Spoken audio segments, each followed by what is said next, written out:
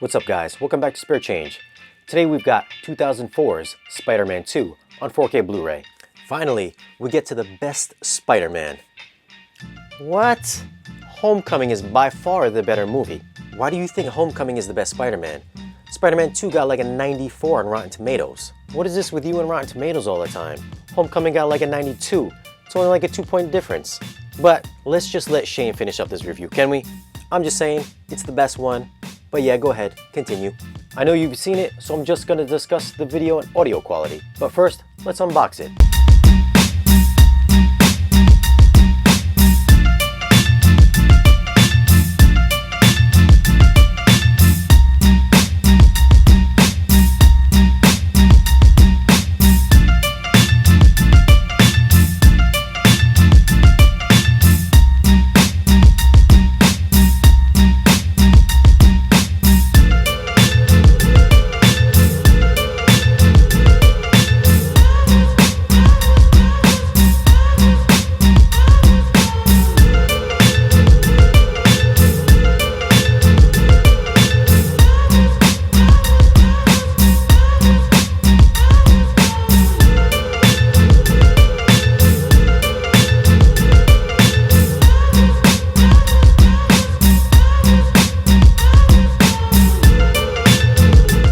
Now for some tech specs.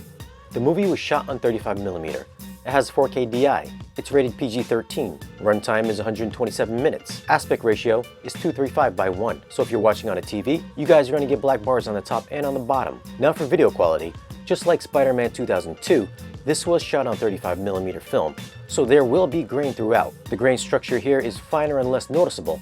So for the grain haters, this may be easier for you guys to watch. Detail and resolution is a step up from the previous movie. Close-up shots of faces revealed pores and facial lines clearly, and textures had more definition and tangibility. The close-ups of Spidey's suit had great detail in the suit design, and you could see the pattern and the sheen on the material being used. The HDR usage I found looked better here than the prior film, with no blown-out highlights. Chapter 5 was a standout when the containment breach happens. The vivid oranges and yellow from the explosion were extremely bright while still maintaining detail. Colors and black levels get a nice boost, adding really good depth to the image. The streets of New York now seem to stretch further, especially when Spider-Man is swinging through the buildings. And shadow detail is well preserved during the low-lit scenes with no crushing. Before we start, has anybody lost a large roll of $20 bills in a rubber band? Because we found the rubber band.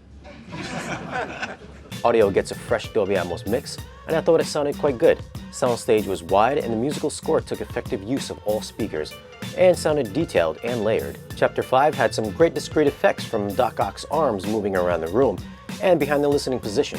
When the action ramps up and the explosion happens, debris can be heard flying around the room with good hard-hitting bass. Chapter 6 sounded great during the hospital attack. You can hear the arms attacking the doctors from all directions. You can hear them moving from the rear to the front of the room and through the height speakers. It made the scene borderline horror-like, reminiscent of Evil Dead. Groovy. Bass response was decent and had good presence. Dialogue was always clear and detailed, so no issues there. So overall for audio, I'd have to go with a 7.9. The mix was livelier than the first Spider-Man and had better sense of space. I would have liked some stronger bass and maybe more ambient sounds, but it did sound great with good immersion during the action sequences. For video, I'd have to go with a 7.5.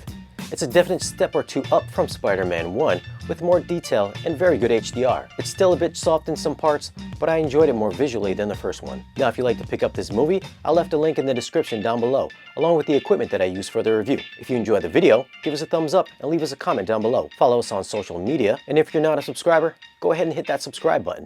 And we'll see you guys again in the next video.